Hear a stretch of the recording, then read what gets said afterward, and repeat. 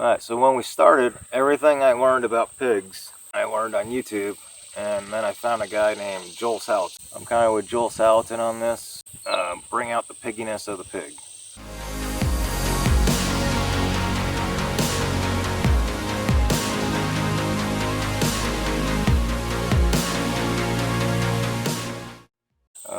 So when we first got into pigs, I didn't know anything. So I knew what good meat tasted like.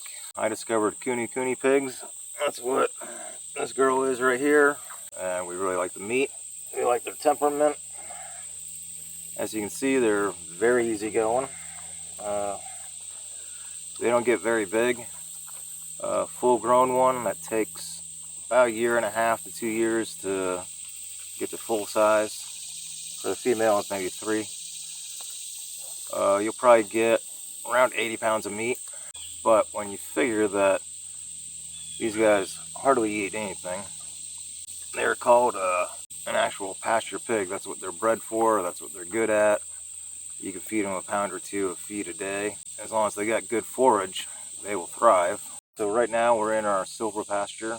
So we're planting ryegrass, waiting for it to get cool. And as soon as that happens, this thing's gonna be a beautiful forest once again. Their meat is absolutely fantastic.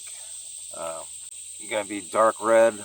I mean, it looks almost like a steak. It cooks up like a steak because these guys are a lard pig, therefore they have lots of fat.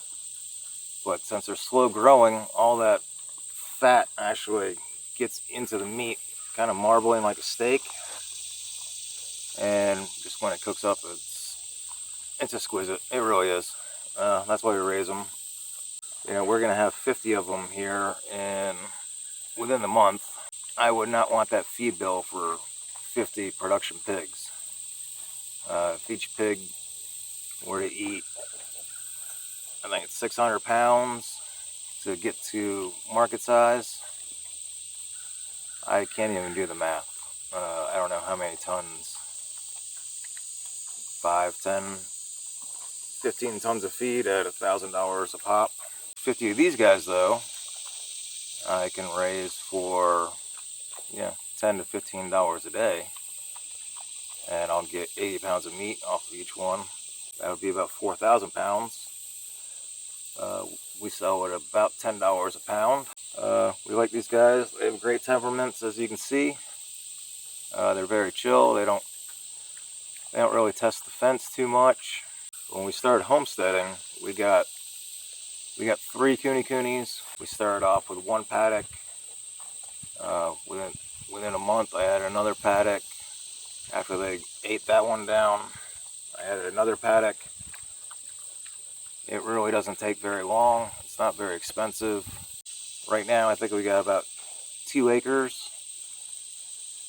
You know, by the end of the winter, we'll probably have 4 to 5 acres in production for these pigs, and that is more than enough. We run a HubSpot configuration. That is basically where all their food, water, and shelter is in one centralized area, and all the paddocks kind of surround that. We close one gate, open up another gate, they go in. They're happy when they eat it all down. I close that gate, I open up another gate, and the cycle goes on and on and on. Alright, so that is basically kunikunis in a nutshell. We processed, I think, about 10 of them this year. Next year we'd like to process 1 or 2 every single month. And you know, the females that don't get too big that we don't need, they fill our freezers. And we've never run out of pork in our freezer. It takes about an hour to clean one since they're so small. You get one that's 100 pounds, that'll feed your family for a couple weeks. You know, you'll end up with about 35 pounds of meat. Okay guys, if you can do me a favor, like, subscribe, leave a comment. Every like helps, every comment helps. And definitely subscribe if you like what you see. Alright, yeah, change locations on you guys. We're down with the the pigs that are getting weaned.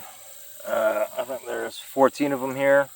This area with the electric fence actually housed our chickens, and the chickens did more damage than the pigs have done to the grass. As you can see, they really like just eating the grass, and during the summer they can't keep up.